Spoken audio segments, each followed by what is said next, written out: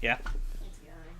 I've continued with the research that I'm supposed to be doing for a year-long program, which is absolutely fun because I have no idea what to talk. Like, I'm delving into a topic that I don't know about, so it's just a whole bunch of research. And it's just the first few weeks, so that's decent. Yeah. So can you say what the project is? Is super secret type deal? I have to present it at the end of the year. Okay. So it's not secret at all. But I'm looking at pure hip hop and Okay. analyzing the artists, their art, and the audience response to that art, especially in today's situation with politics and just in general. That sounds awesome.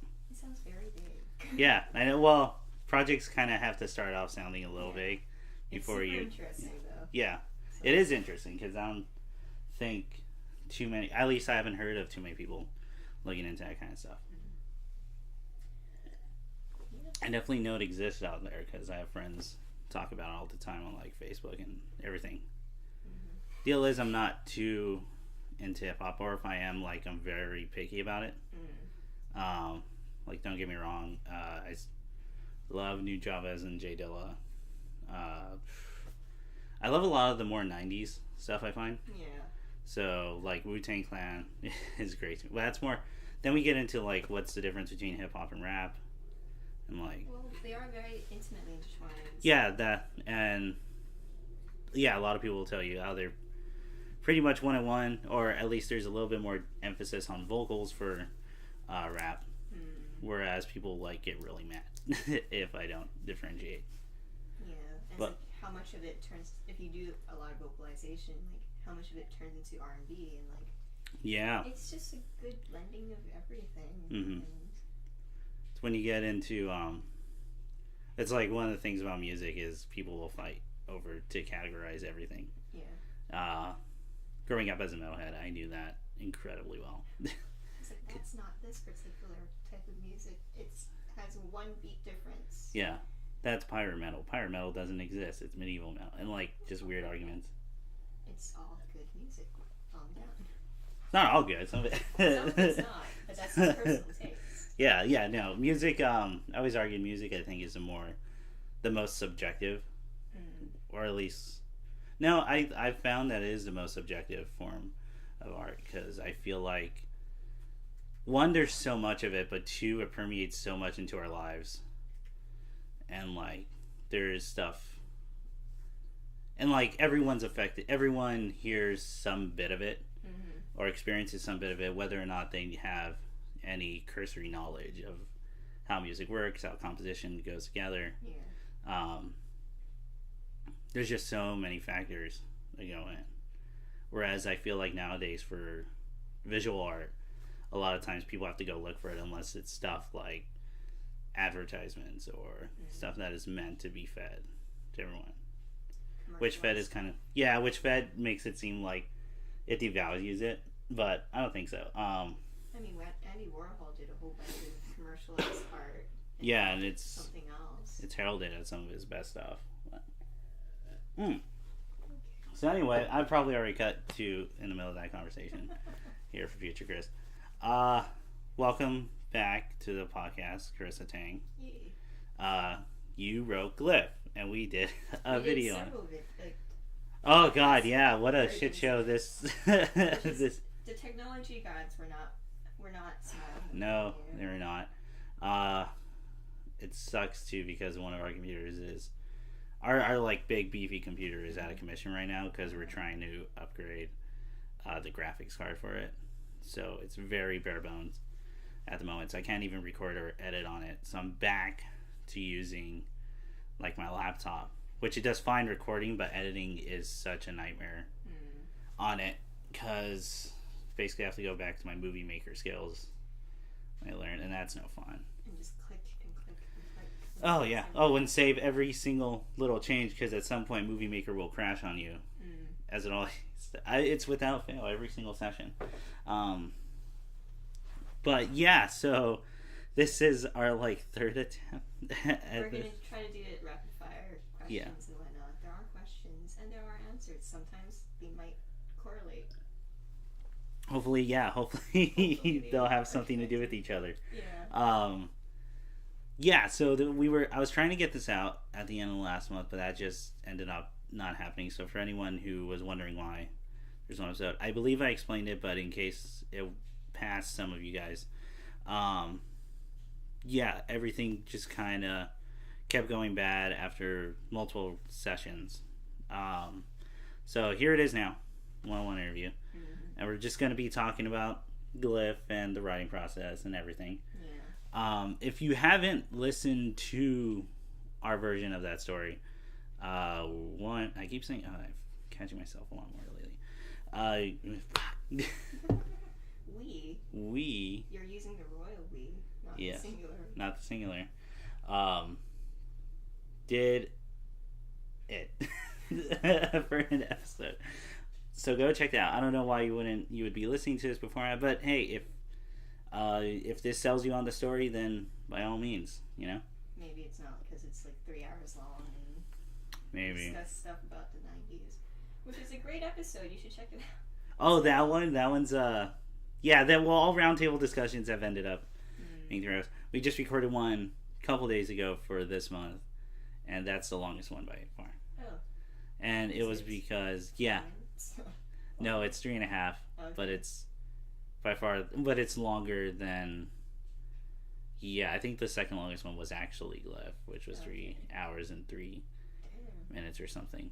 At least. Maybe I'll submit another story just to make you guys get tired of my presence. Yeah. It's like I'm just gonna be a constant presence in this.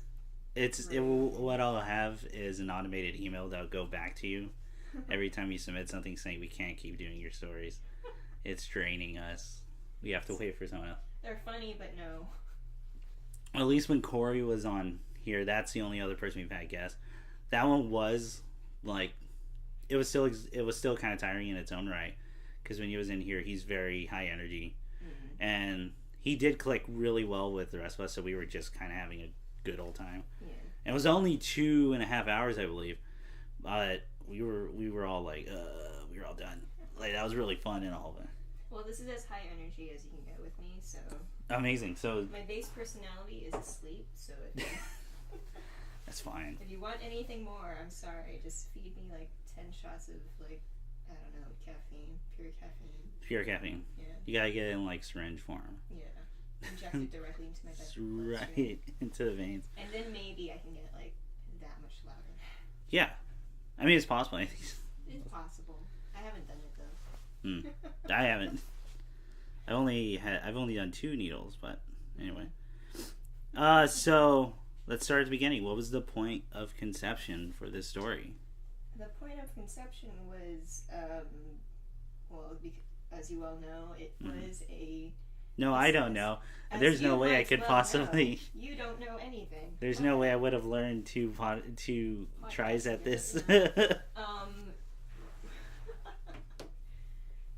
It was an assignment for an English class. I think it was genre fiction. Where one of the final assignment was to either write a critical paper on the stories or write your own short story, which is within the parameters of the final rubric. Mm-hmm.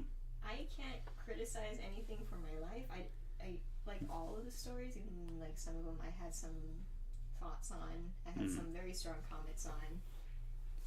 But I couldn't turn that into a paper, so I was like, you know what? Time to flex my creative skills and barf out and have a go. Characters on a page and make a plot interesting, I guess. Mm-hmm. Which happened in the 5th week, right after the midterm, which was fun. Yeah. So where did the original story for this idea come from? I know it sounds like I'm rewording the question, but I guess what I'm trying to get at is why the underground, why the setting, where the characters come from, all that kind of stuff. At the time, I was reading a whole bunch about solar punk or green punk or something. Solar punk, that's new to me. I'm gonna write that down. It's what if there was a post-apocalyptic like event and everything in the society went towards being efficient, like energy efficient, solar efficient, and all that stuff. And I'm like, oh, this is interesting. I can't write punk, like anything like steampunk, all that stuff. I can't do that. So I'll just not have it above ground. Okay. I just went down underground, and I was like, oh, how would this go? And let's look at the notes. I swear I wrote this story. I have to. It's okay. So like the questions of like the what if questions were, what if people lived underground? What if the presence of spirits were normalized? What if this underground society had a strict structure? What about the technology? What makes it urban fantasy? Because I was going for the urban fantasy genre. What are the logistics of an underground society, and what are the taboos, the rules, the unknowns? Like, what is a society like? And all the minor stuff. And I'm like, okay, I'm overthinking this. Yeah. So I just left it alone. And then I came back, and I was like, you are a child now, and I must nourish this child and barf more stuff onto it. So now it's a vomit cupboard. Yeah. You're hoping that it'll dig its way through the vomit. Yeah. Like, a la 300, and it becomes stronger. Yeah. and it comes back, and it's like, I am human now. And I go, no, I can't deal with all these. No, not yet. We haven't even done the second draft yet. We have to get... but no, that's what... I think every story starts off like that to some extent. It's the overthinking of a certain idea. But that's where you get to go real nuts, is when you take ideas and probably like to the 11th degree. I always like for me, I always viewed it as for pre-writing, it's just all write a bunch of shit on paper and see what you can dig out of it. And you don't notice what you can pick up from like classes, everyday conversations. Oh yeah. All that stuff. You just sit there and you're jotting things down, and you hear something, say something in a very well said phrase, and you're like, I'm going to steal that. Thank you, random person, stranger. Yeah. And it's just like, oh, that was something that I thought was just my friend being stupid. That was actually, that could be a character trait. That could be a plot point. That could be just an interesting idea to go with. I don't know why they think the Blue Man Group had anything to do with 9/11, but maybe we can make some weird story. Connection, conspiracy. There's a story behind this. There's a story around here somewhere. Maybe there's like a Blue Man Group like fanfic site. That I was just in Vegas, so I don't know why I keep thinking about the Blue Man Group. They're everywhere. They're everywhere there. It's crazy. It's crazy. They're like an over-imposing entity. Anyway, I could go into my weird obsession with them forever. But, so just that's where it all began for that. And, I shouldn't have put the questions to the side. I should have kept them in my head. We have them in our hands, in our heads. No, it's a totally organic. It's super... This is not scripted at all. I'm actually pausing when it's supposed to be paused, and this is great. I'm not filling empty noise. I was trying to find paper to like flip around to make it feel really bad. Yeah, there we go. What is your... Oh, yeah, that was... So, is that your usual pre-write process, then? The way you handle this story? Word barf? Yes. Yeah. Usually I just word barf and just do stream of consciousness. Sometimes I just put on the persona if I have the character in mind, like the background. I try to be as theater as possible. Okay. And become the character, and then barf in their perspective. It doesn't work out all the time because sometimes these characters are like the complete opposite of my personality, which is asleep. So awake, conscious. Yeah. That's always the fun about characters, I find. You get to use some different part of your brain. Yeah. And really get into it.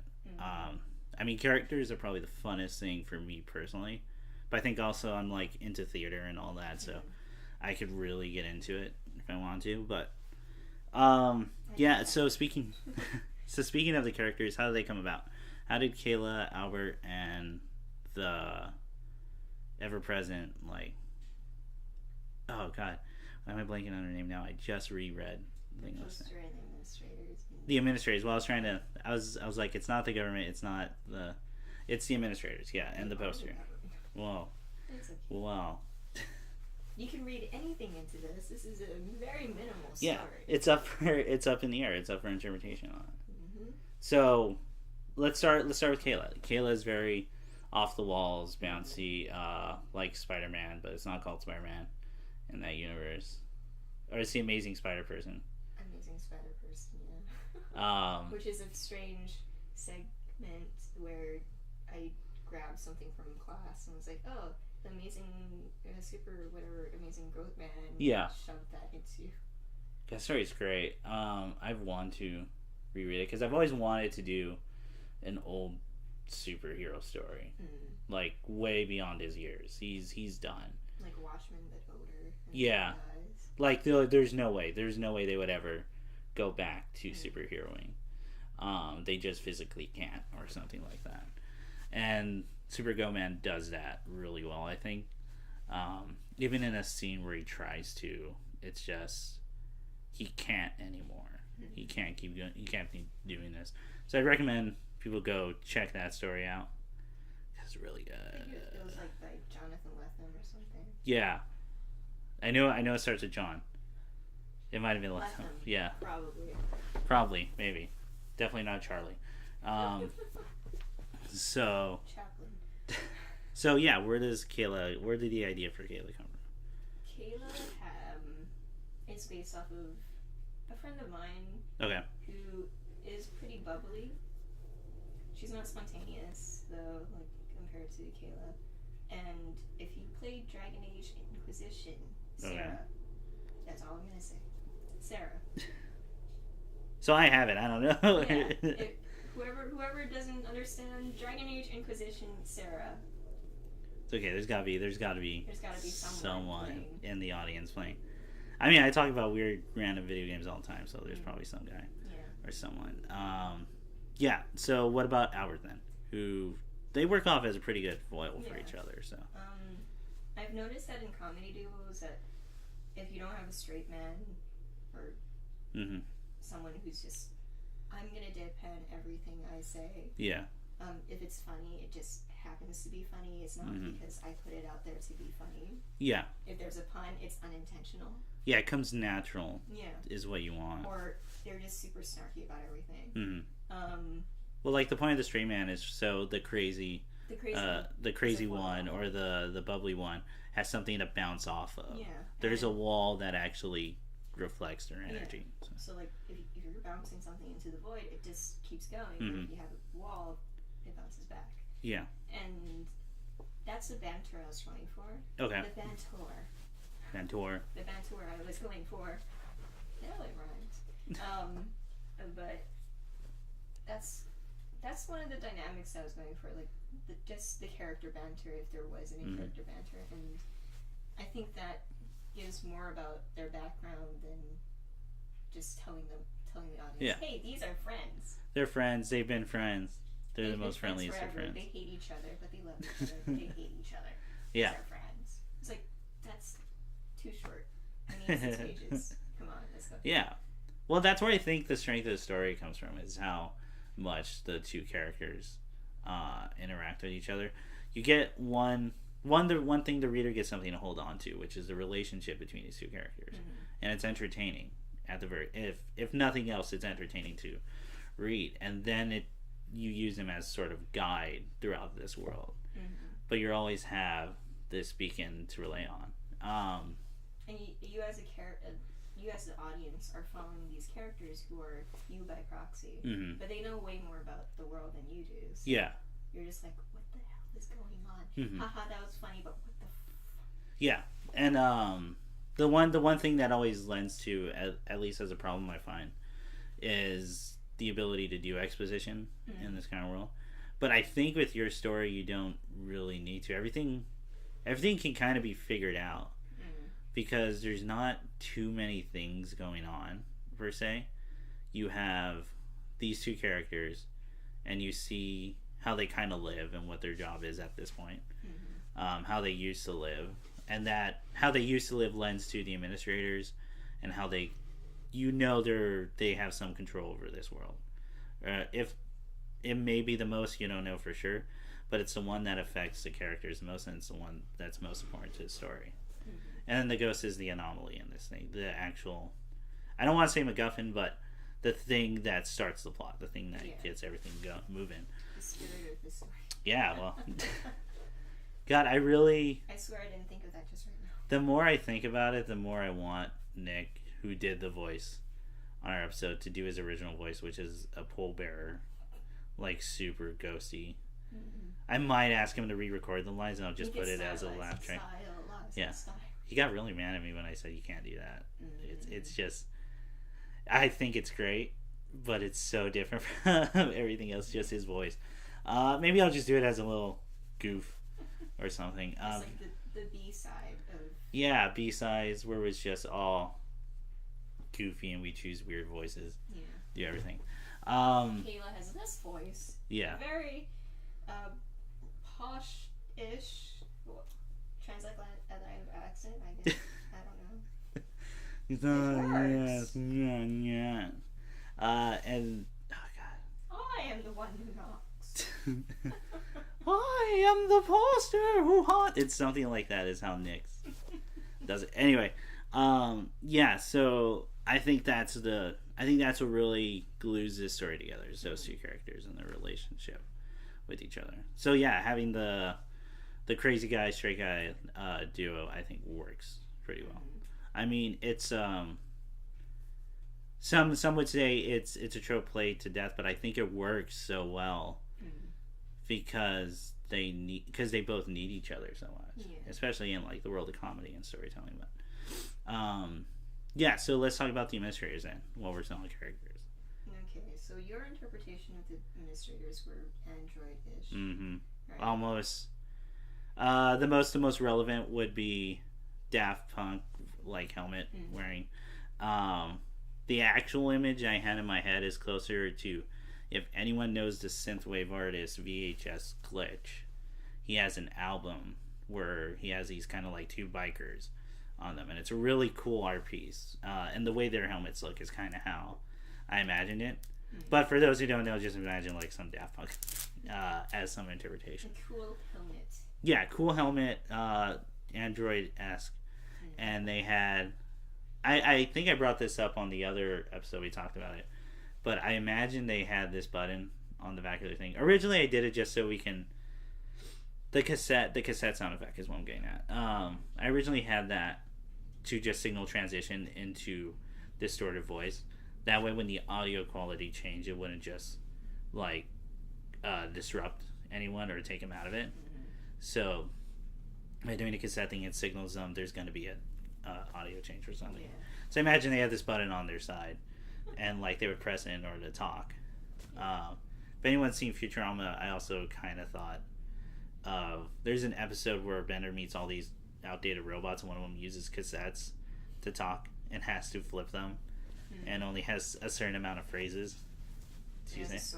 Yeah, he has a bag that he has to sort through in order to say everything. I thought that that idea is great. It's also a weird version of hell for me, but that's what I interpreted. Okay. So tell them what you told me, and I'm like, I feel really bad that I think it. It's a combination of many things. Okay. So imagine the fallout for metal aluminum butler thing.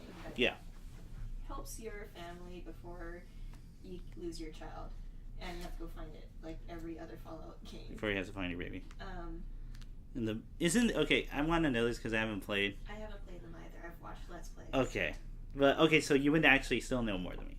Is the baby an actual inventory item that just takes up space? I have no idea. Okay. Because this Let's Play, because someone told me did. Broke the inventory system. Oh, so okay.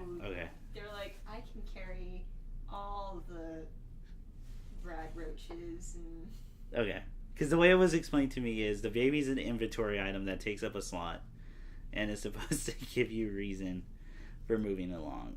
It was a weird discussion we were talking about how to do stories in video games, but I think that's hilarious. If a baby... Anyway, okay, sorry. Go ahead. You're... Anyway, the baby is the... Yeah. In Fallout 4. That's floating metal core with like tentacles over it. And I was thinking of Deoxys from Pokemon, which is sort of alien zygote DNA thing with eyes. Yeah. It's actually a really cool design. It looks really cool, and I was like, I can take that helmet. Yeah. Head as the helmet thing. And I can't draw, but then if I could draw an administrator, it would have that head. That's cool. And I was also thinking of Mass Effects, like the Avira VIs. Is she the one with the purple like faceplate and like? They all look. No, that's Tali. Okay. That's Tali. I don't know much about awesome. that. So. Yeah, I heard good things, man. One day I might check out this series. I have like 2 somewhere in there that I bought off a dude for $5, but I mean, holy crap. Which one's that? Hang on.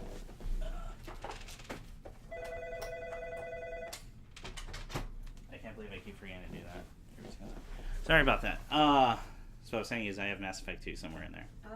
Mass Effect 2 is free on the EA stuff. Ooh, that's cool. Well, I bought this like back in high school from some dude who wanted to get rid of stuff. Okay. And he was like $2, and I went, yeah, $2. And Game? Yes. Mass Effect 3 just made me sad. It was great. Yeah. But it made me sad. Mass Effect 1, just... I don't like the Keepers anymore. Oh, okay. Because I played for the entire trilogy, I was like... I don't like the Keepers. Did you try that new one? Oh, I tried playing it, and... What's that, Andromeda, I think? Andromeda. Yeah. I don't understand it. The controls are different, and you can jump, which is amazing. Yeah. So instead of aiming, because I can't shoot anything, instead of shooting things, I can't aim. Okay. Words are important. Yeah. I just punch everything. Okay. It doesn't work. Especially when you just smash the button and you punch yourself off the cliff. Wait, what? You can punch your... Well, I know there's weird physics things. Yeah. But... Because if you smash it too much, it lags. Okay. And because you're also moving around, you don't know where you're moving. And it might be that computer just being laggy or whatnot, but I went off the cliff. So yeah, I missed. So, like, the reason I asked is because I've been looking more and more into storytelling in video games. And, like, I've been following, there's this director called Yoko Taro, who, for anyone, has heard me gush about Nier Automata, does that entire series, does all Dragon Guard games, and if those things are good for anything, they're good for their story. But Mass Effect Andromeda is one I want to look into for bad video game storytelling. It's not bad. Really? Because I've seen some... Okay, well, again, I haven't experienced the whole thing. I've seen the first 30... Or, no, a good chunk of it. Because there's this thing where... Okay, so there's a scene where... This is a scene that got me, right? That makes me want to go into it.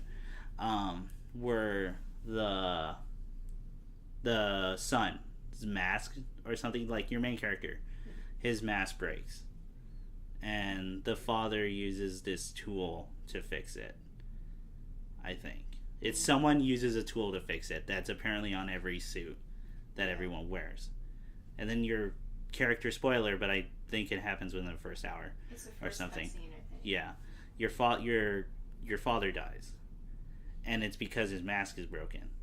And everyone just kind of stands around his dying corpse, not fixing the mask. Even though everyone should have a tool. Like, the death is literally just to give your character motivation. Yeah. And it doesn't make sense in the ideal. Oh, and there's this thing where they can't go on a planet because they don't know what the atmosphere is like. And they're really scared.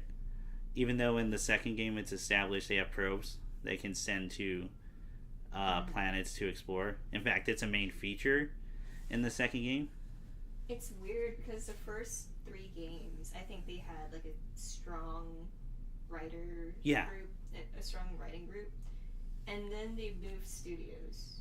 Yeah, so that's what I heard. It's a whole new team now. And now it's more like, imagine we can make a Halo fan fiction. Yeah, okay. And put a Mass Effect theme over it. Mm-hmm. Basically, I'm trying. That's just oversimplifying it. Yeah. Don't blame me. No, it's fine. But yeah, it makes me want to go into the whole thing, what happened here, because I knew a lot of people who were into Mass Effect specifically for the story, and it's just part of my journey, I guess, to get into video game writing. But anyway, because the Mass Effect trilogy was, if you didn't want to like destroy everything, you had the option of being friends with everything, and at the end of it, it could be a dating simulator. Yeah. At some point, which is basically not basically, it's one of the major appeals for that. Because you get the Persona series is only successful because I won't say it's only successful. It's a lot of its success comes from the fact that it's a quote unquote friendship simulator. Yeah. Even though it's a date, well, whatever. It's a game. You make friends with the robot too. Yeah, you make friends with people, but you can also date them. Yeah, so anyway, back to your robot. Back to the robot. Yeah, the administrators. So, like, it was also the AI, or VI, a hologram thing. I was like, oh, okay, I can make a VI type thing and slap GLaDOS' voice on it. Okay. Because GLaDOS her voice rocks. Yeah. And weird amalgamation of all those characters and features, and that's the administrator. There's more than one. Yeah. They are called the administration. So they work. Do they work like a hive mind of sorts, or? They all have a core principle type thing. Okay. And each one of them that were assigned should have their own like programming to do what they're assigned to. I think it was like sort of mentioned when they went past that terminal that was empty. I think there's supposed to be an administrator in that terminal. Yes. That did not happen. Because that empty terminal is empty. Okay. So while they are in a sense individuals, like they're all still connected in some way. They're individuals like bees are individuals. Okay. They're all connected because of the hive. Yeah. But they can all go off and do their own thing. They can all go off and do their own thing. Okay. Okay. No, I get. Yes. Hive, literal hive. yeah, literal hive. Okay, so what about the poster? Ghost. What about the poster? Yeah, what about the poster is just that who's annoyed by everything. I actually love that. I love, like, my favorite thing about the poster is he gets tired towards the end. Yeah. And he's just, okay, look, I know this story isn't really about me anymore, so let's like... It's like, I'm just here for shits and giggles. Like, the plot is happening over there. Can you characters get it? Yeah. No, I actually really dug that he gets tired, like, towards the end. The only reason why I put, well, one of the reasons. Okay. The only multiple reason I put the poster in there was to fool the reader into thinking that this is about the poster. Yeah. Which is not. It's a definite red herring, yeah. Albert. Maybe it's just like this inner teacher, former wannabe teacher in me that goes, you didn't read the story if you say it's about a poster. Yeah. It's not. No. You didn't read the story. You only watched the movie. So what, you're just purposely trying to trick everybody? Yeah, and like it originally started with, okay, I can have a character that can do whatever the heck they want.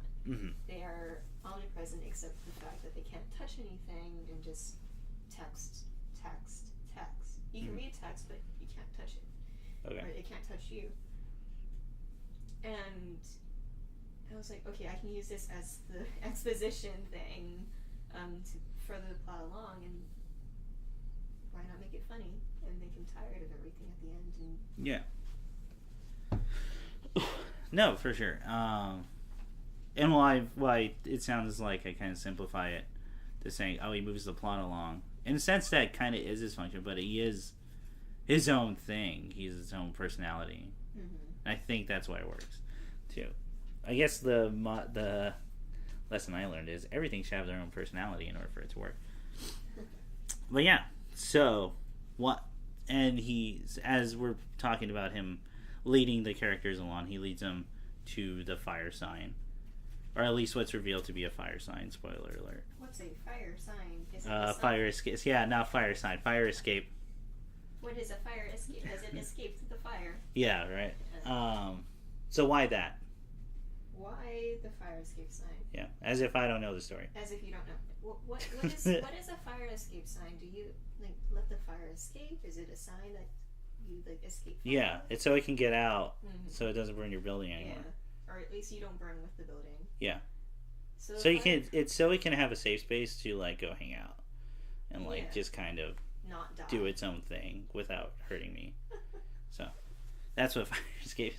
No, I thought it was like, oh, it's like one of those things where it's fictional and then I don't know. Yeah. It's to escape reality. It's another plane of existence. Okay, so fire escape sign. Yes. Which is the Glyph.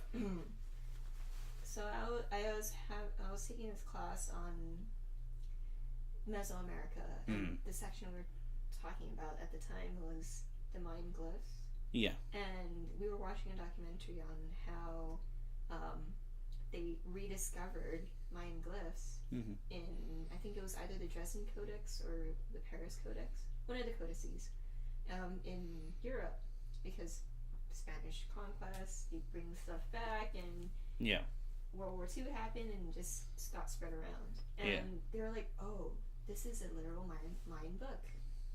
Open. It's writing? Question mark? Yeah.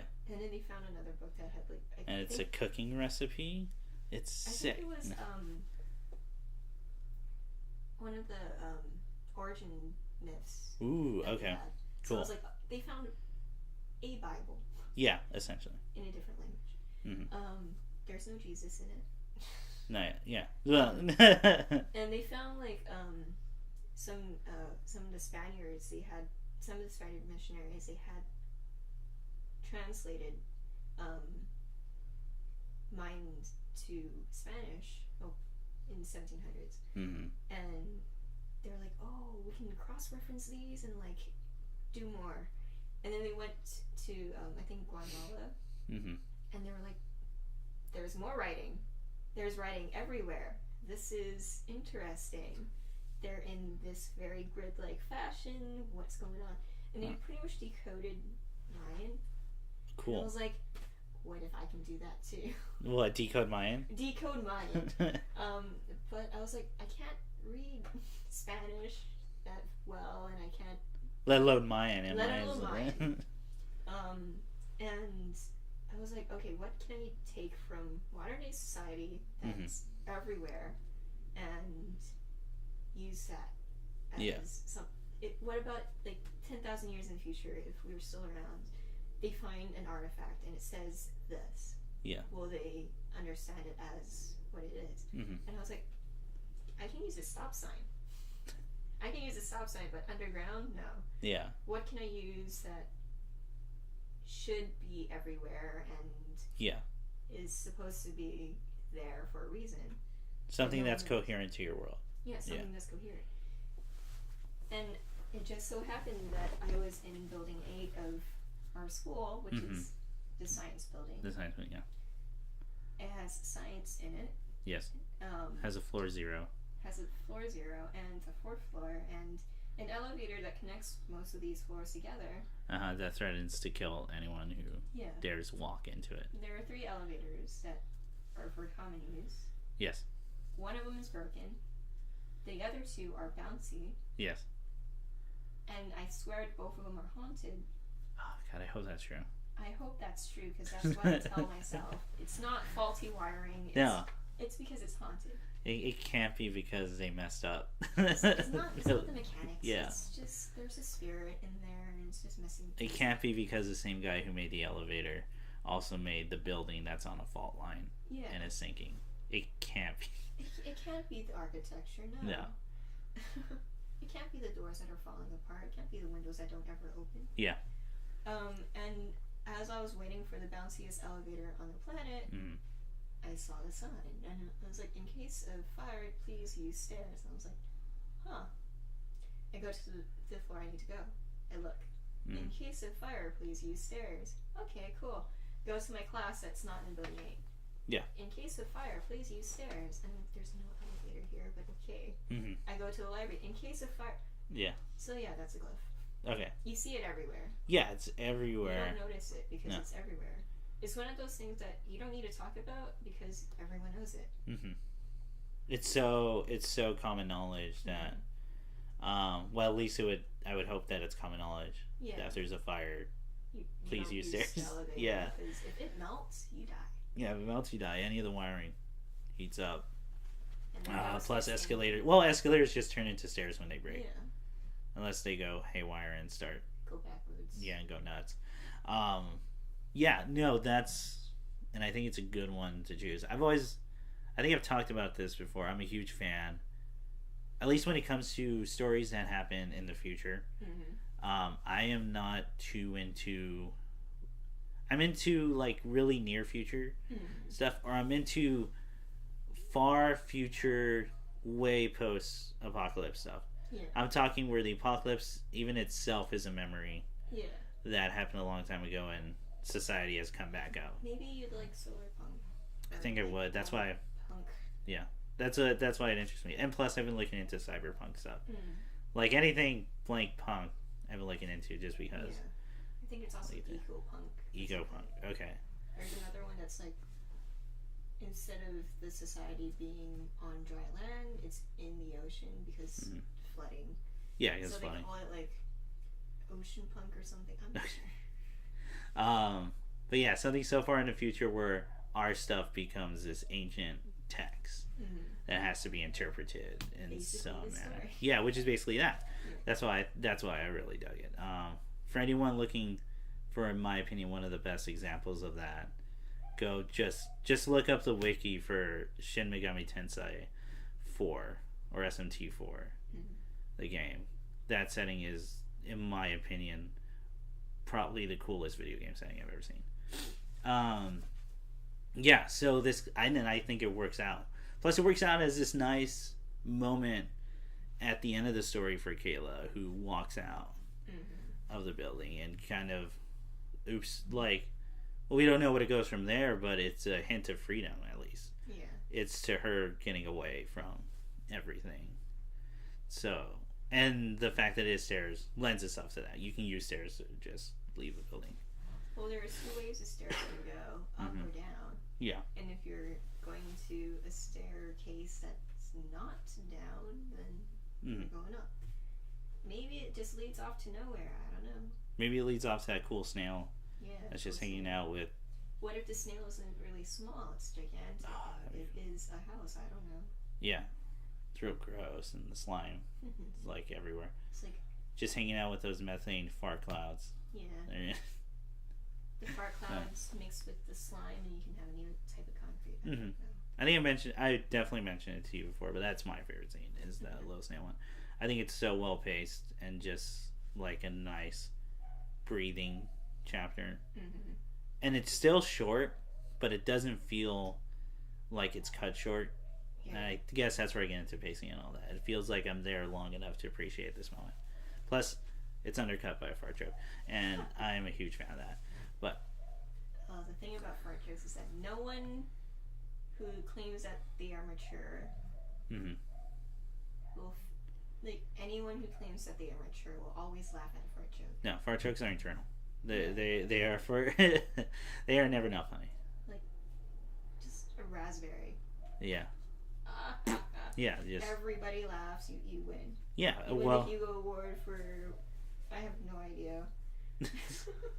Like one of my favorite shows of all time is Louis, the Louis C.K. show, and my favorite probably like 2 of my favorite episodes. One of them is just one long setup to a fart joke. It's an entire 30 minutes of just setting up a fart joke, and when it happens, it's like comedy gold. It's crazy. I could do a whole breakdown of why I think that episode works out so well. Yeah, so anyway, So while we're talking about this setting and all that, let's talk about the society that's in there, set up with the administrators. Do you? And this is something I always wonder with hers, because in my head the answer is yes and no, but I wonder with you, or at least this story. Did you consciously choose what this society holds to value to this, or let's first establish what the society in your story seems to value, because this is where we get into Albert, right? And Albert's whole interesting character development. We get that nice scene where he's allowed to change his name to Albert. Yeah. To the administrators, this is no big deal to them. Yeah.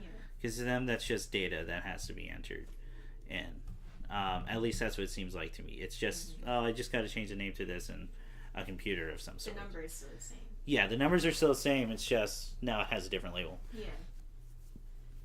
Which, that's like, in my head, it's like, well, that's so interesting that's something they quote unquote, I guess, value or not value. Because in an ever controlling government, you would think they would want to get everything and every single aspect of a person's life. So you want to go deeper on that, or like 2 words: power and authority. Okay. Power is you have the power to do something. Authority means you can do the thing. Yes. And for the underground society, the administrators can do anything they want. They have the power and they have the authority. The individuals who are living in that society, they have the power to move around, but they don't have the authority to change anything, like their destiny and whatnot. Yeah. Because it's all controlled by the administrators. This seems very familiar to our present day. Write what you know. What's it? And also, in theory, they should have the power to change what's going on. In theory, they should be able to maybe band together with and do enough standing. The authority's not there for them though. The resources to pull everything off. I just want to differentiate that even further, but so it's totally not about it's totally not about our society. What are you talking about? Our today's society. So in terms of the story, for Albert, this is his world. This is his personality. This is him. It's the most important thing to him. But for the administrators, this is just data. Yeah. It doesn't matter to them. They just do it. Yeah, to them it's a couple of keystrokes and everything's done.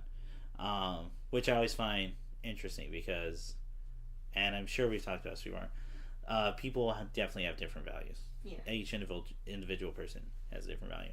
And it's interesting when you get to see those kind of fissures of people value something a lot, but it's just not even on your radar, or for you it's just a small thing that goes on.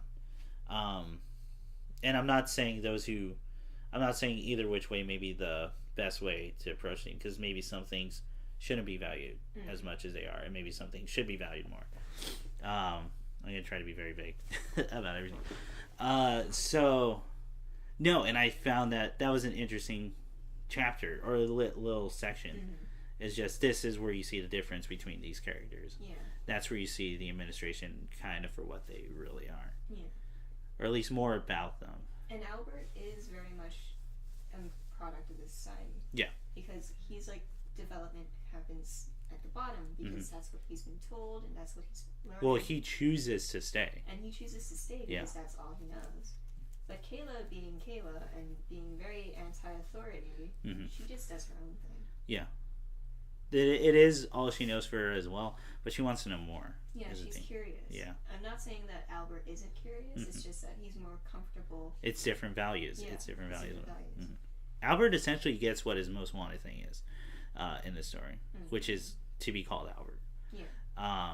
And so that's why to me it makes sense that he stays. To him, it's like, this place calls me what I want to be called, and I already got the thing I want here, and I can keep that here. And now does he question it? I don't know. Yeah, where's it going? Well, we'll get to possible spin-offs later. Yeah.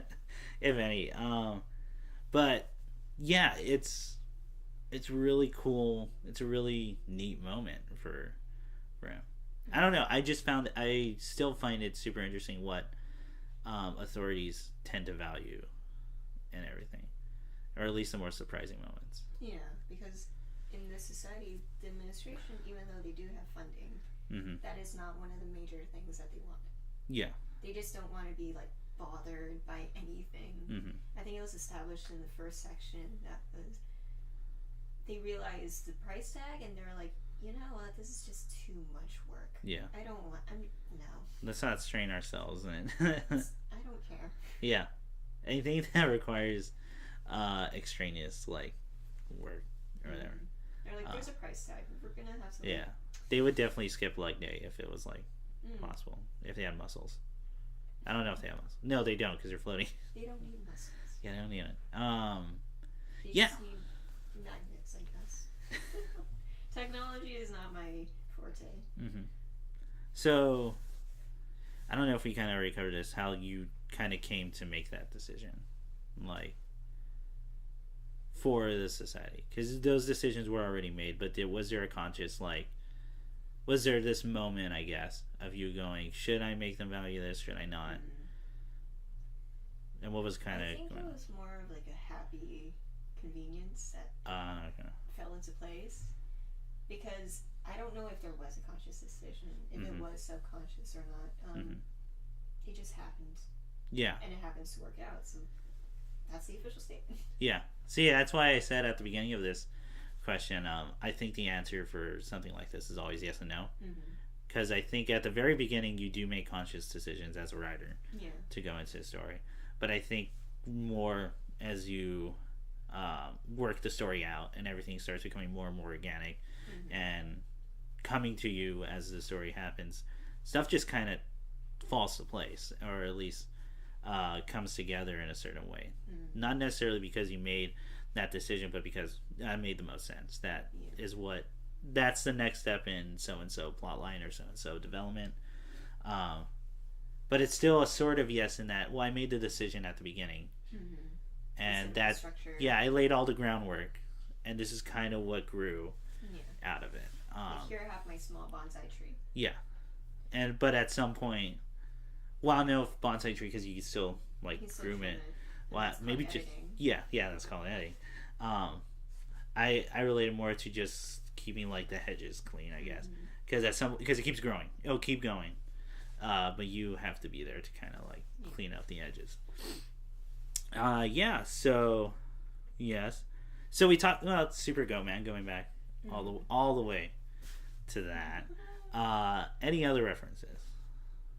I want to get to Sandman 1 because that still blew me away. Okay. But you can get whatever one you think. Oh boy. Okay, I wrote this stuff down somewhere, and this is the third time you probably heard it, but it's fine. For them, it's the first time, so don't be afraid to hold anything down. First time last time? Yeah. Oh, that is not the paper I was looking for. It's okay.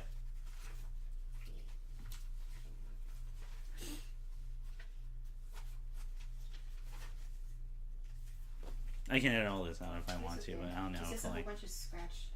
Yeah.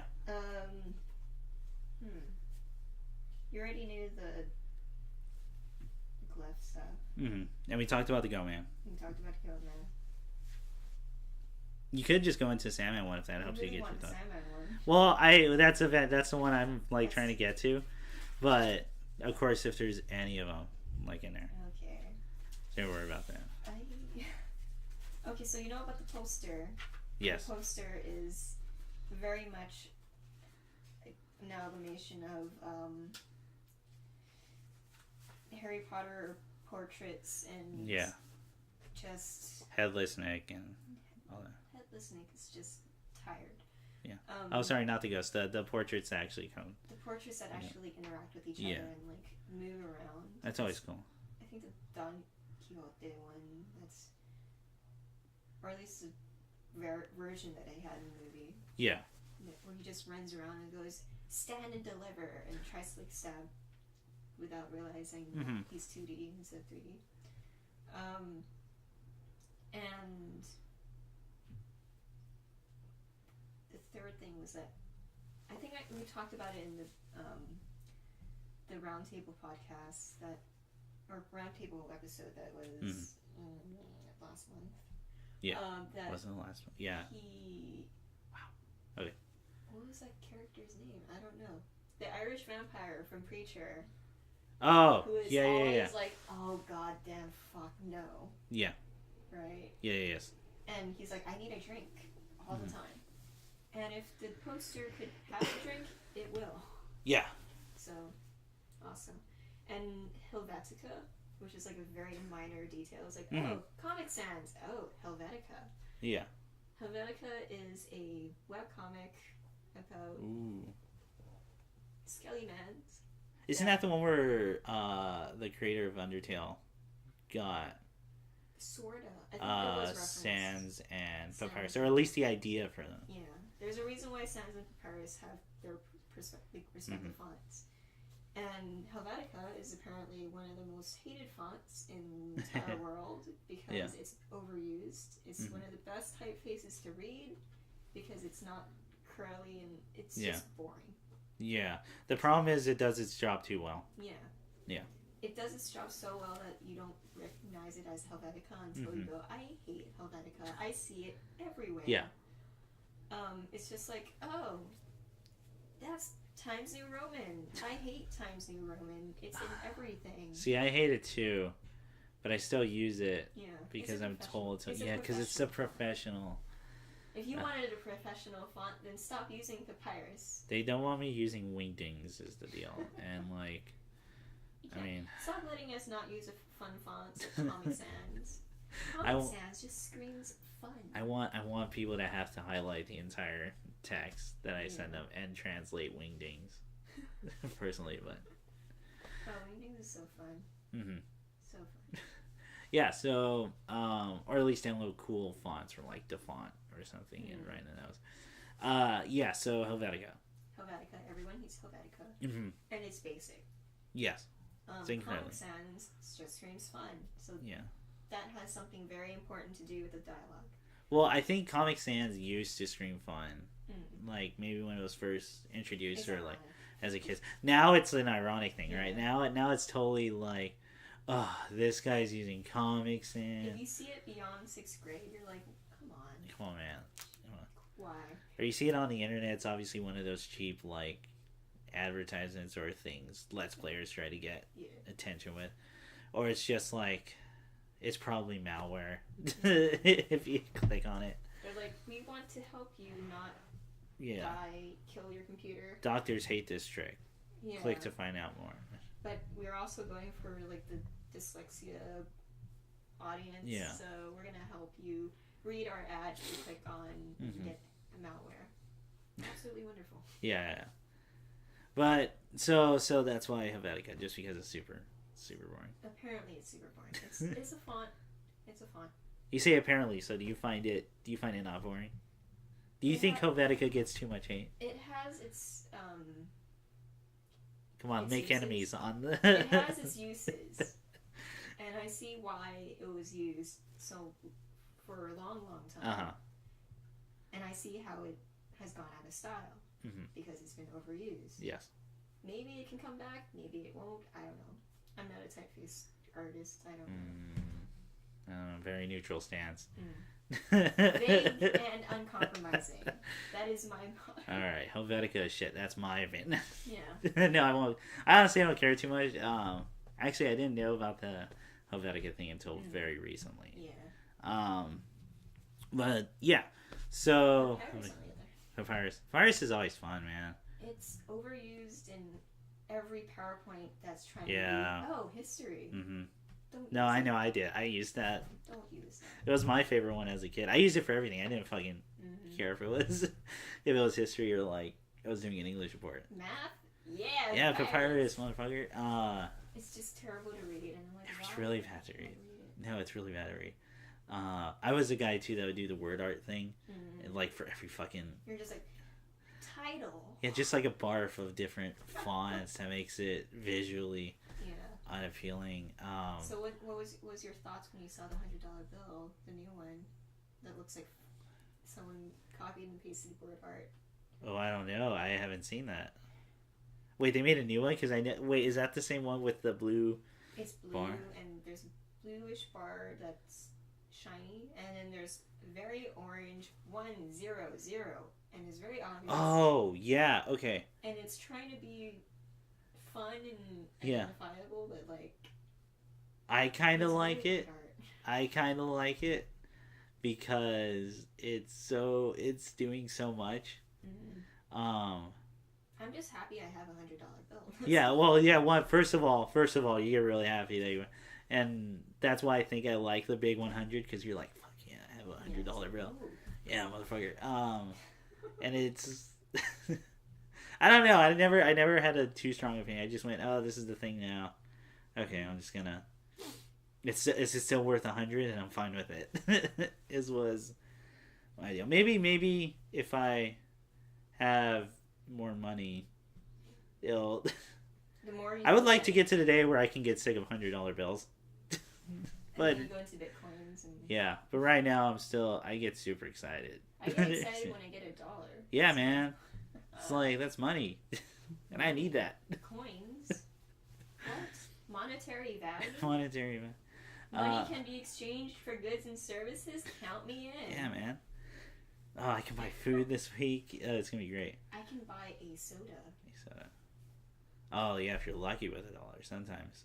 Mm-hmm. They've been jacking up those prices, $1.75. Yeah. Man, not a fan of that.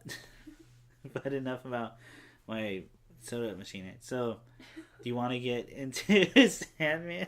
Okay, into Sandman. Because it blew me away, like, when I heard this, but I've already said that. So that's because you love Sandman. I do. As do I. Yeah. There's a scene where Albert and Kayla are just fooling around, like, Albert's, like, looking at the glass, and he's, like, amazed that this is glass. No one ever uses glass. Yeah. Because why would you use glass in an underground society? Yeah, why would you? There are things called monitors and cameras, and you don't need glass, because that's foundationally... It's why it's like when you go into like office buildings, which I do, which I don't know how many people have to go to office buildings all the time, but I do for my job.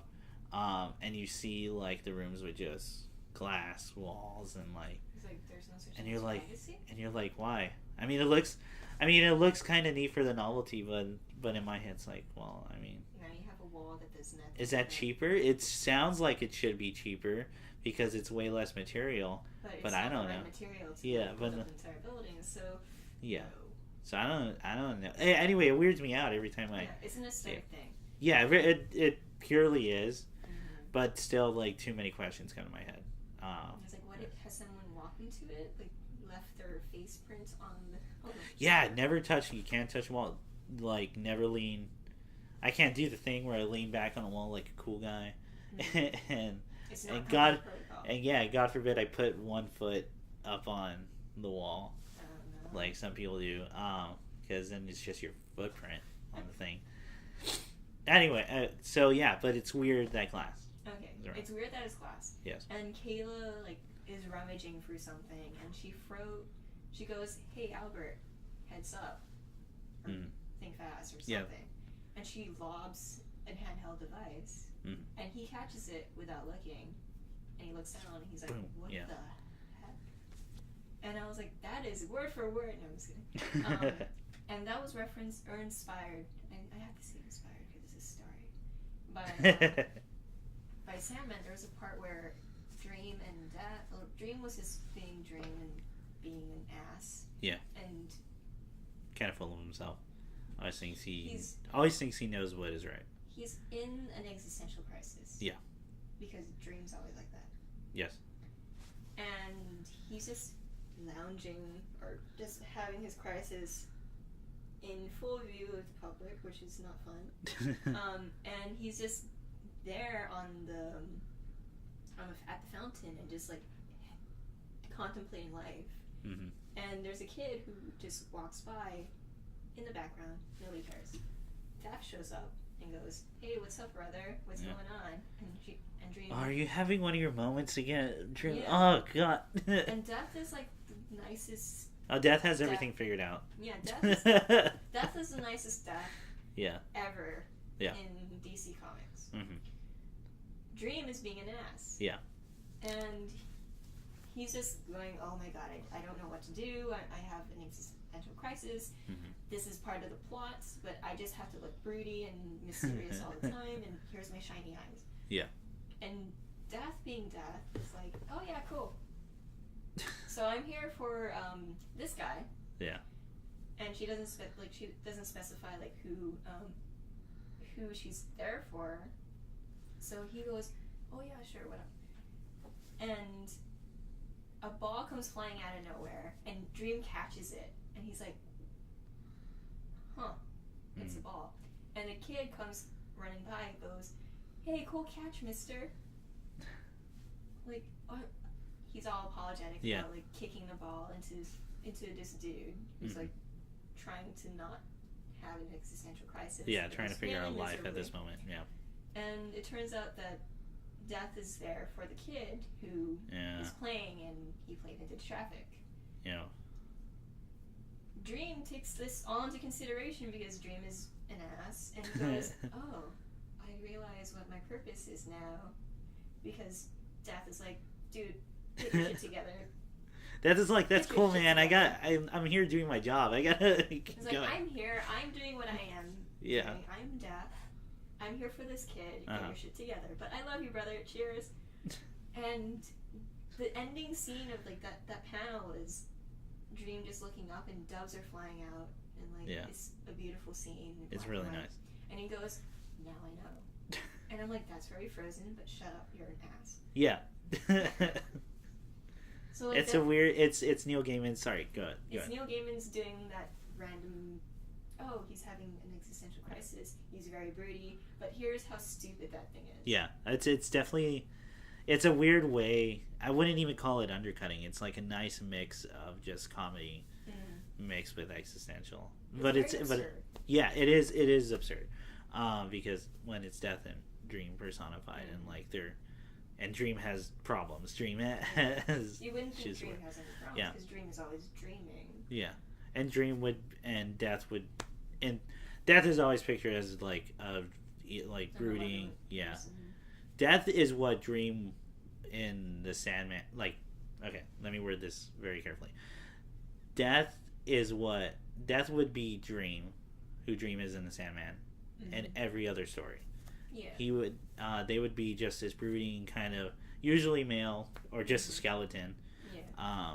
Always kind of just hulking it, but Death has it all figured out pretty much. Death, I think, out of all of them, has the most figured out. It's so weird because Death is the most lively of all the bunch. I mean, Despair is Despair, and she just like, I must be who I am. Slice. Yeah, constantly looking at mirrors of every angle. Destruction isn't in the picture. Destruction, I would argue, is this middle step. He has a dog, and it's cool. And he paints. Not well, but he paints. And he gets better at it, at least if you keep reading the thing. He does his thing.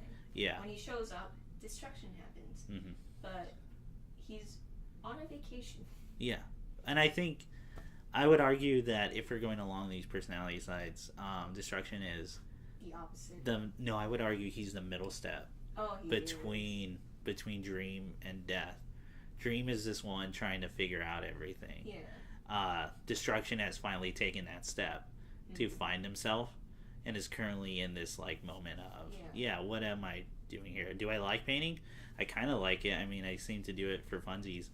And then he cooks too. And he cooks. He's doing all these hobby stuff. Yeah, he's keeping himself busy to try to figure out what he likes, while Death has it all figured out. Death has accepted everything. Yeah. He's like, oh yeah, cool. Yeah, I like my little 80s apartment, and like I like the Cure Shut Up, but she never says it, man, but she would. She's like, I like things. Yeah, I like things unapologetically. Yeah. And it's there. Who else? Desire is interesting. Yeah. Desire puts the plot in place. Yeah, Desire moves moves things. Yeah. She keeps things going. Have you read the new Sandman Overture? I've read all 4 volumes. Oh, Sandman Overture? Yeah. Okay. So we know so you know about Desire. And then Delirium is supposed to be Delirium, and it's crazy. Delirium used to be something else before. Yeah, because she forgetting what she was before. Well, because Demon called her she just happens to take on a female form most of the time, but she constantly changes, and her font is always fun. Like whatever artist gets to do with that turn. Oh, yeah. Always usually has a good time. It's probably hell to write all the weird squiggles. Yeah. But, it's either the best thing or the worst thing. Like for an artist. No, it's super. Fuck, I can't talk about Sandman forever. But yeah, that was a reference, and I was like blown away that I couldn't figure it out, or I didn't notice it. Oh, we forgot Destiny, but nobody cares about Destiny. Yeah. No. Destiny is just being in his weird maze, and here's a book that I'm always chained to. Mm-hmm. Yeah, always knows what's happening next. Until Gandalf. Yeah. Well, it's weird the way he phrases it. I always know what happens next, but I never fully know it until I turn the page, which is always that line always weirds me out. Yeah, no, that's the thing, right? Like you have, to me, is like I think that's more of a reflection on the audience too. It's like you know what's gonna happen. Yeah. The story's gonna end. Mm-hmm. But how it's gonna turn out, you're gonna twist. Yeah, that's what I always assumed it to be. Mm-hmm. But what if you had a Kindle? If I had a Kindle. It's like oh, you could look at all of it at once and take in all the information if you have really good eyesight. Yeah, it would be weird. Yeah, but tomes are cooler, man. Yeah. You can't chain yourself to a Kindle; it breaks the screen. Unless you I don't know. You have a case for it or something. Yeah, a weird case. Like those iPod cases, they're like gigantic, and the device is actually puny. Oh yeah, like the big Nerf ones. So you give it to your child, so they don't bother you anymore. Yeah. But they can drop it and it'll be fine. Yeah, they can drop it on a cat. I don't know. Yeah, buy like $100 worth of in-game currency, whatever after playing. Anyway, yeah. So moving on from references, unless you got any last minute ones. Oh no, we talked about we talked about the Spider-Man one. Mm-hmm. Yes, because that was about Go Man. Okay, so this is where we get into spin-off territory, right? Would you like to revisit this world anytime soon, or not? I guess. Maybe. Awesome. Okay. Yes. Next question. So. I have like 2 other stories. One I've written for another of Edwin's classes. I think it was like science fiction. I'll be taking that this fall. That's fine. It's fun. I heard good things. Yeah.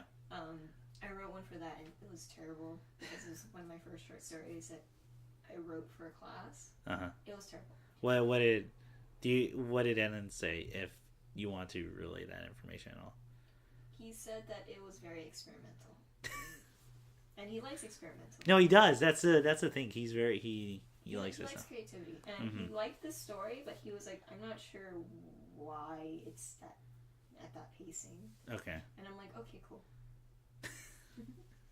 It's very slow paced and just drags on and on. Yeah. There is a plot in that one. I might have to revisit that one.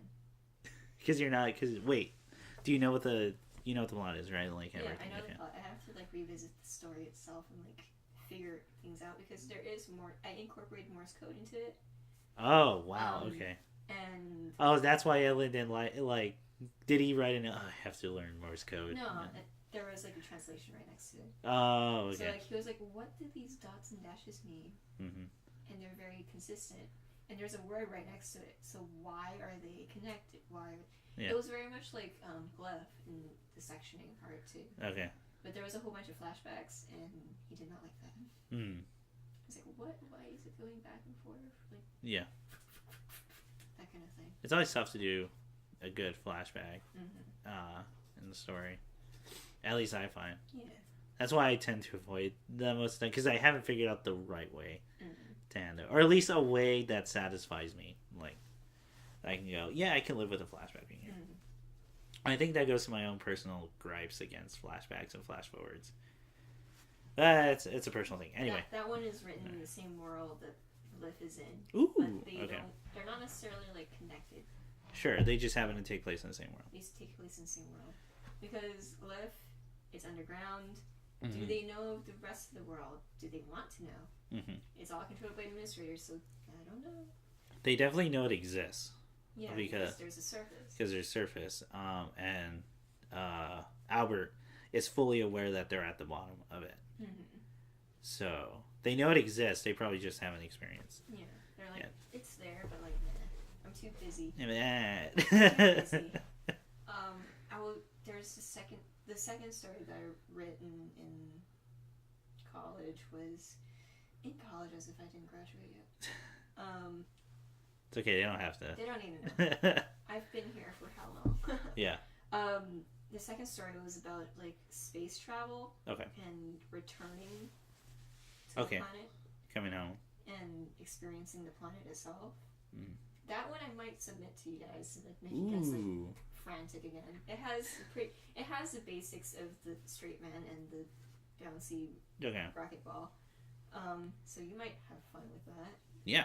No, it's always feel free to send. There is German in there. Ooh. But only like 2 phrases. Because Duolingo. Oh, okay. Oh, wow. The first few words of Duolingo, what do they teach you? Water. Bread. Okay, let's use that.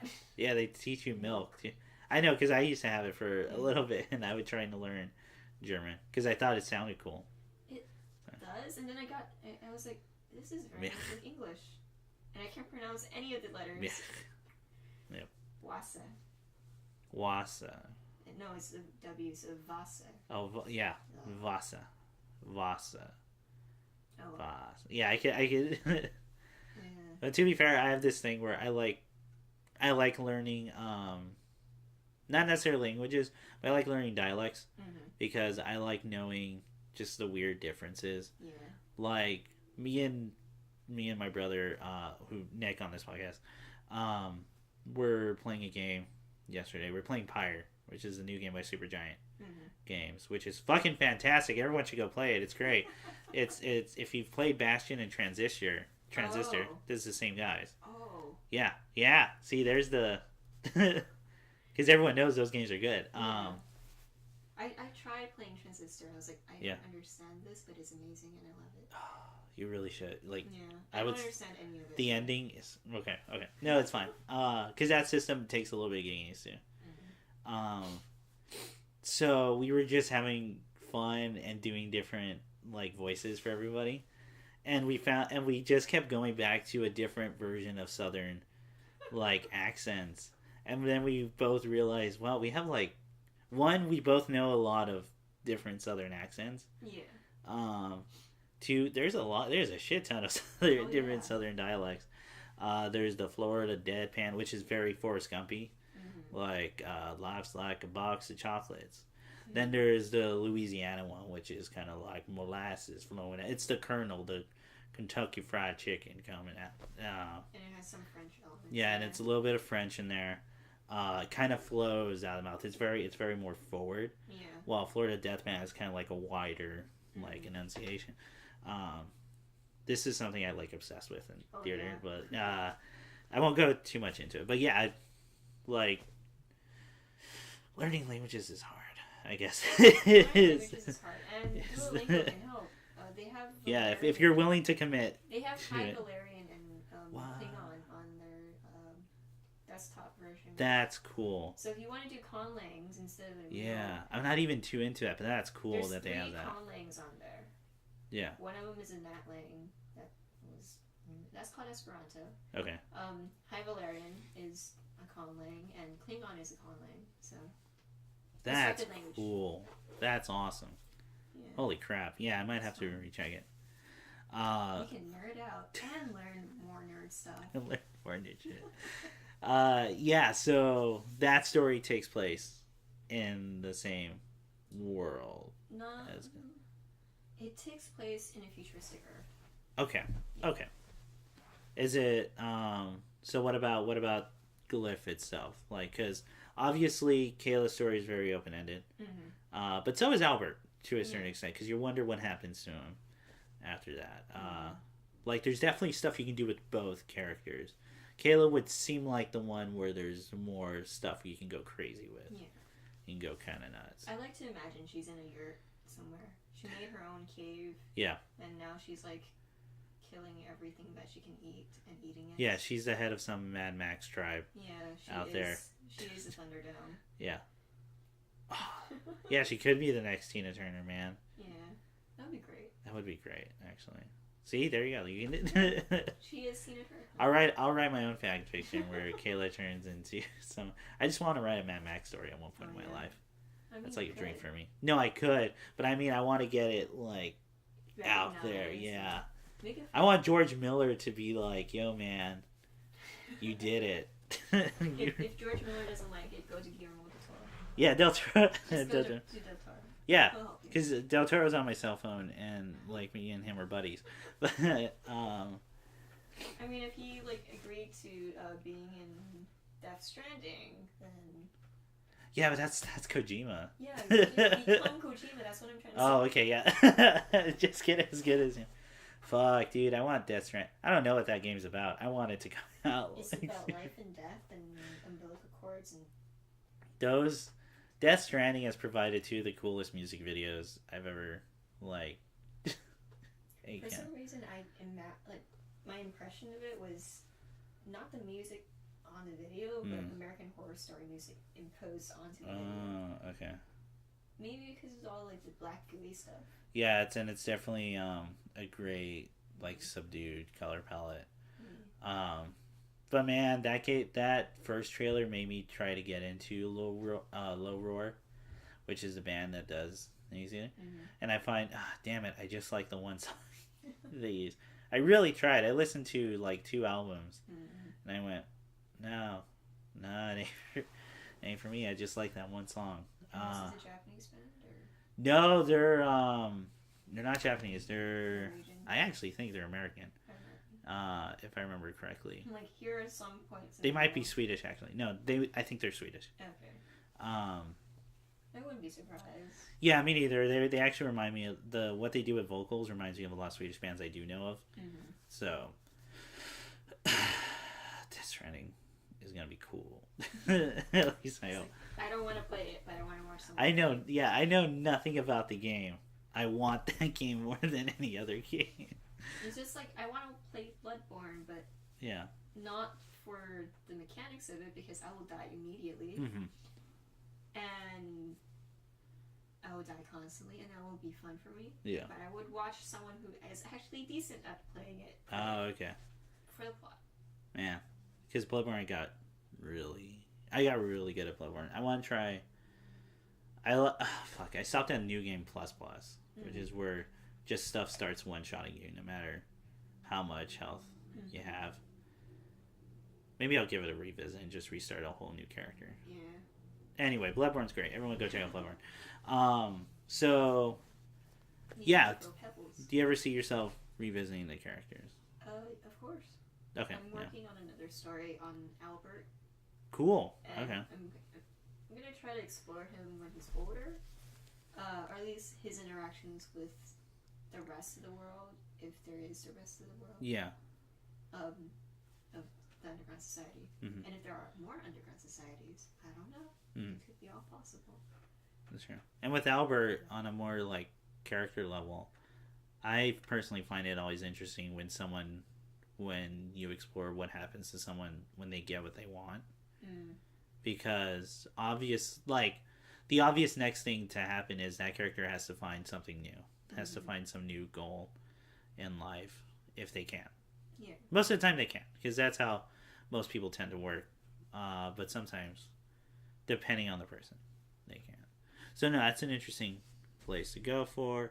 Plus, it's a plot device too. If you don't have any desires for the character, he's a boring character. He's a boring character, unless he's just, cannon fodder or something. So I don't think he's gonna be cannon fodder. No, but Albert's too much. Yeah, Albert's too important at this point to. He has a name and everything. He has a last name. Kayla doesn't have a last name. That's also true.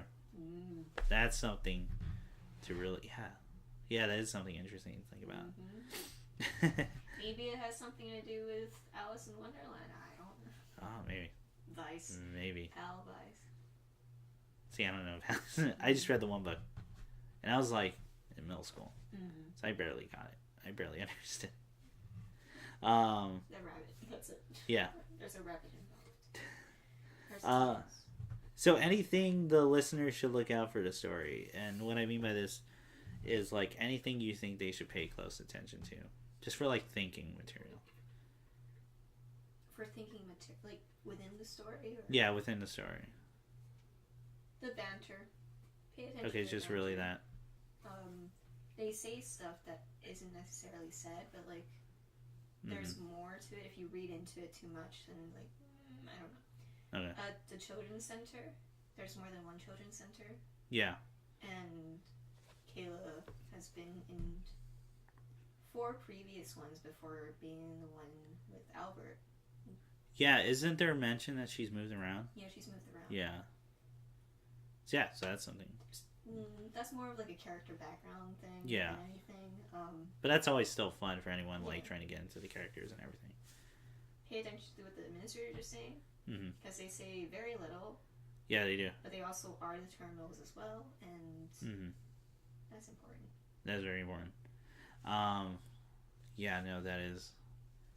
Usually characters that say little, especially with that much presence, tend, like as a writer, you tend to want to infer a lot more.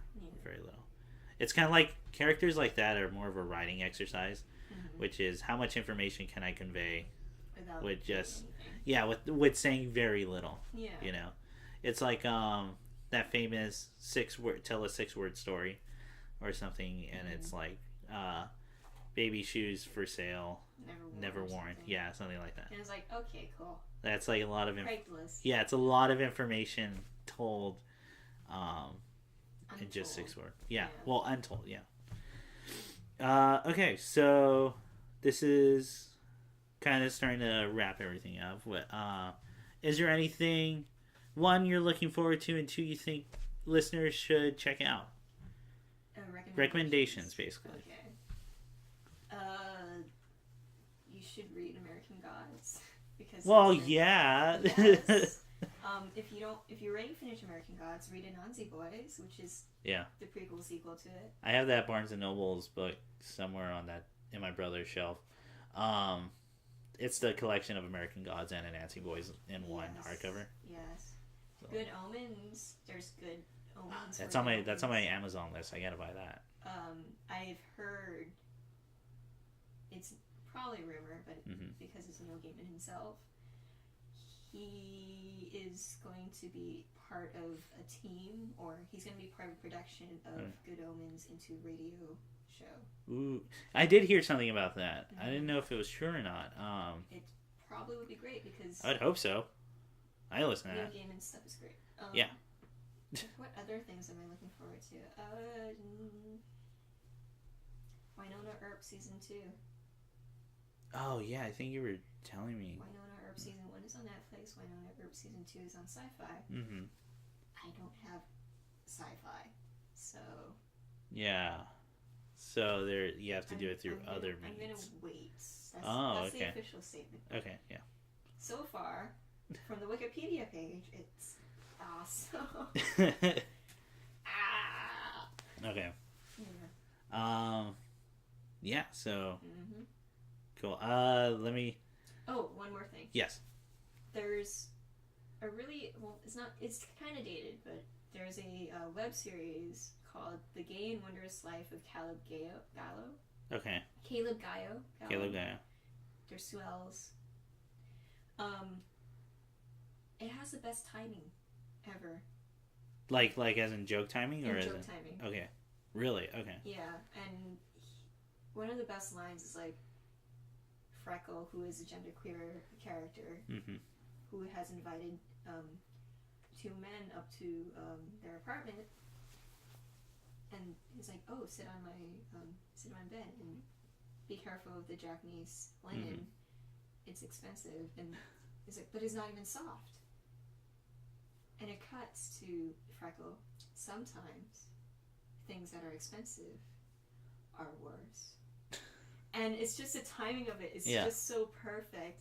And okay. I love that show. It's stupid. And it's already completed. And there's only like 6 episodes. Is it on YouTube? It's on YouTube. Okay. I'll check that out. It's hilarious. Oh yeah. Because I want to... I might check that out because I want to get better at like...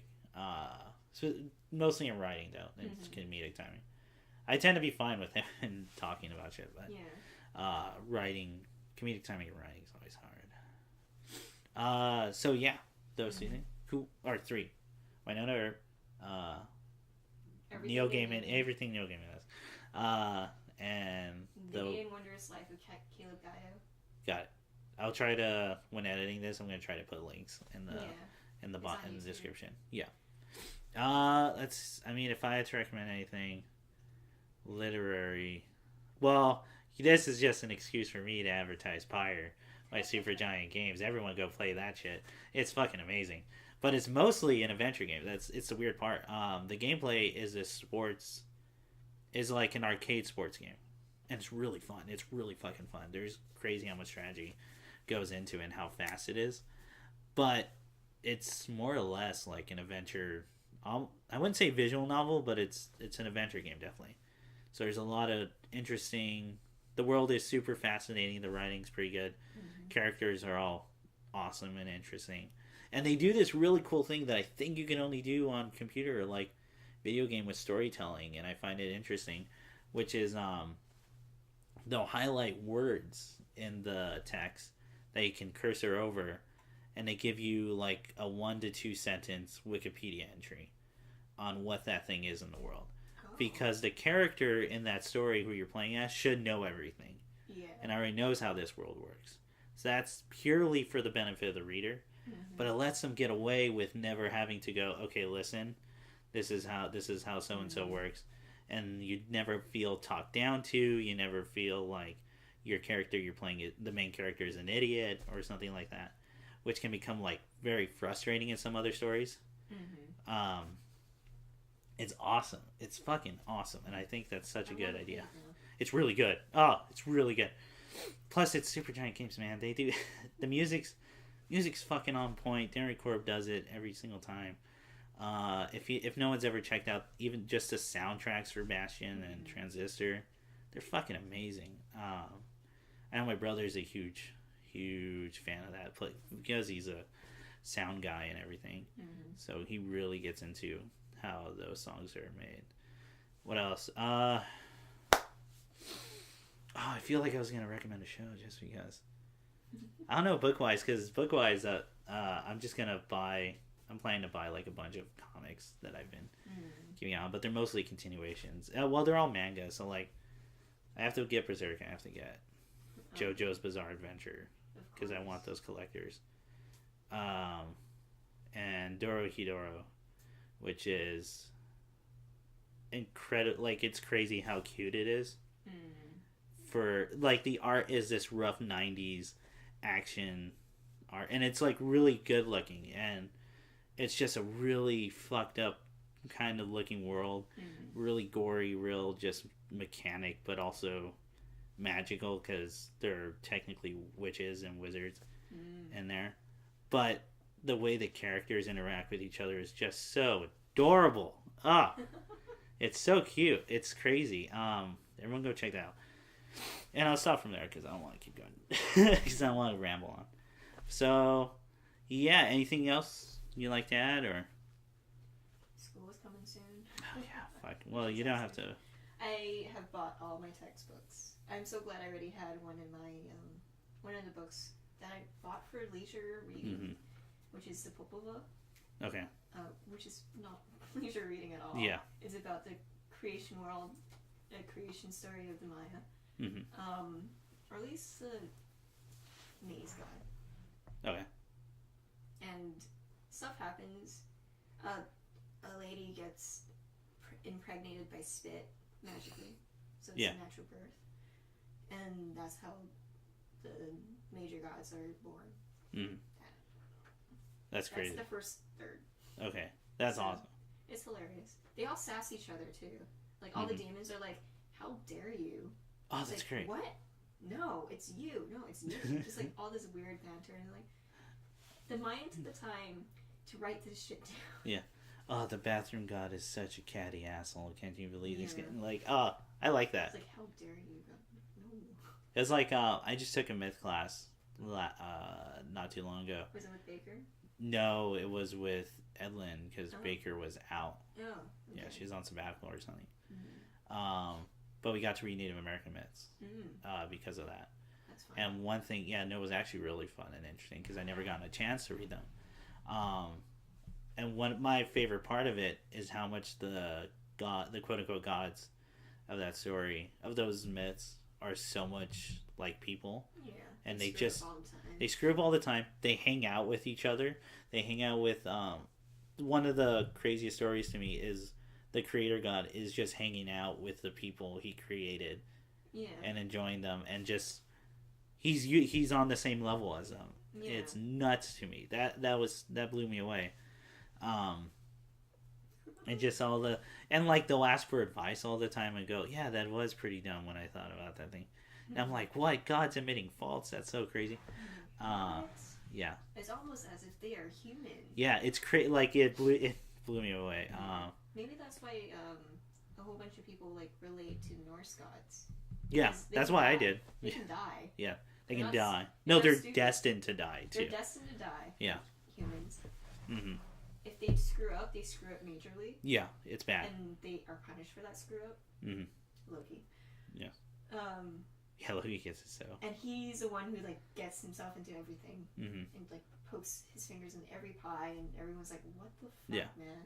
And it's a weird existential thing in that they know how this all plays out. Yeah. At the end, they know the exact way everything plays out at the end, and they still fulfill their roles. It's like, it's kind of nuts, that view. It's interesting in like Norse mythology, like the translations of them. They're just like the humans are not even in the picture. Yeah, they're not. Yeah. They happen to be around because like we need. Sometimes they're part of the story, but usually if they are, it's because they're the best at something. Yeah. So. They just happen to be there. Mm-hmm. And then the squirrel is more important. So. Yeah, the squirrel is this asshole who keeps hurling insults. No, what the squirrel does, he chews up the tree one. The squirrel goes from Nidhogg, who is the serpent, who is the maggot that roams around. Mm-hmm. This is how much of a nerd I am going to be with Norse mythology right now. The world worm, not to be confused with Midgard, the world serpent. So Nidhogg feasts it, and what the squirrel does is relays insults from Nidhogg to, oh my god, I forget the eagle's name. I want to say it's Myrkur, but there's an eagle. There's a great eagle. There's a big old eagle in the tree, in the world tree, and he's a messenger who's like, and he's always distorting the insults, so they're always worse than whatever the one of them says. But they do this for eternity. They never actually I don't think they ever meet. Like I don't think there's a story where they ever meet, and if there is, I don't know of it. So if someone knows, please let me know. Isn't there also like a goat or like a deer that eats the leaves off of the leaves? Yeah, it's a stag. That one is only mentioned once. And that's Yeah, and all it does is it eats the leaves, and I don't know what does else. It do anything else? No, it just eats the leaves. I thought it would be cool. That's the most chillest character in this entire mythology. He just chills and eats leaves. Mm-hmm. And man, Norse mythology is so cool. Oh, the Jotun are hilarious.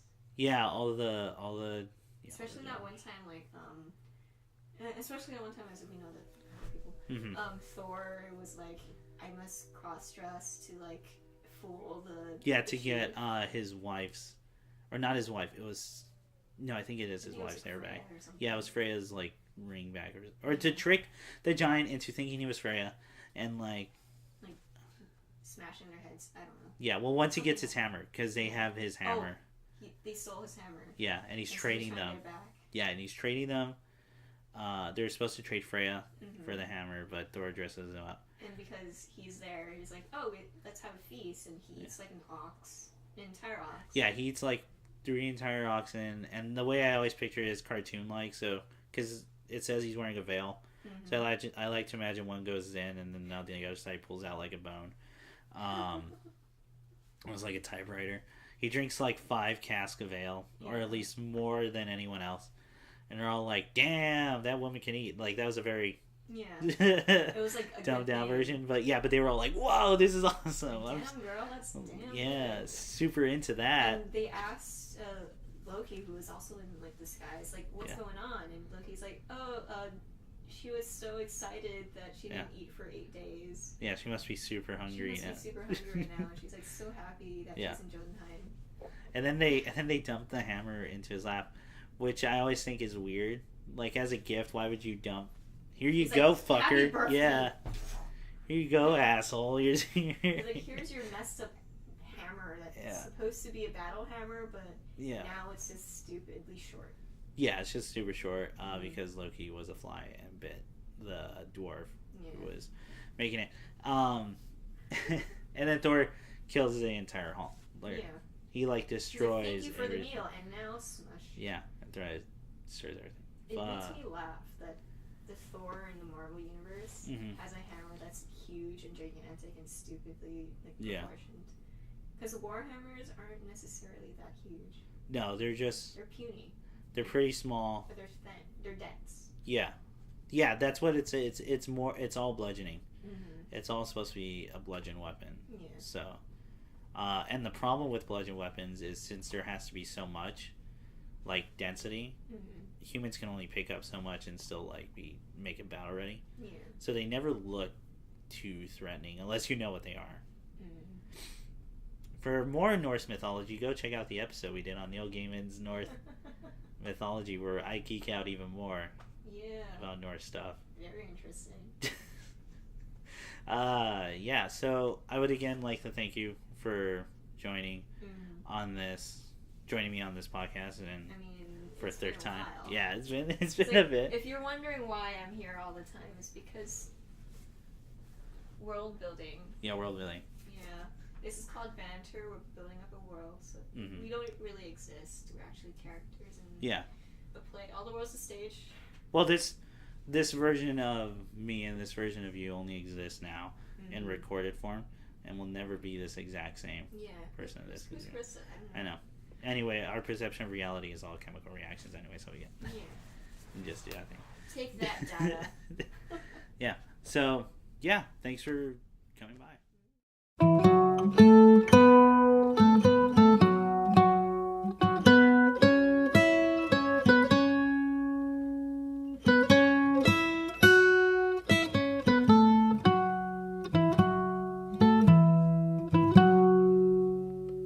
Before the salt and roiling sea, the moon began to cry.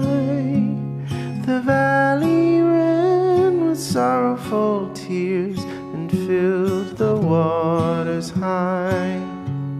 The misty morning over the brine belies a leaden sky. The stars all hide away from the chill until the evening rise.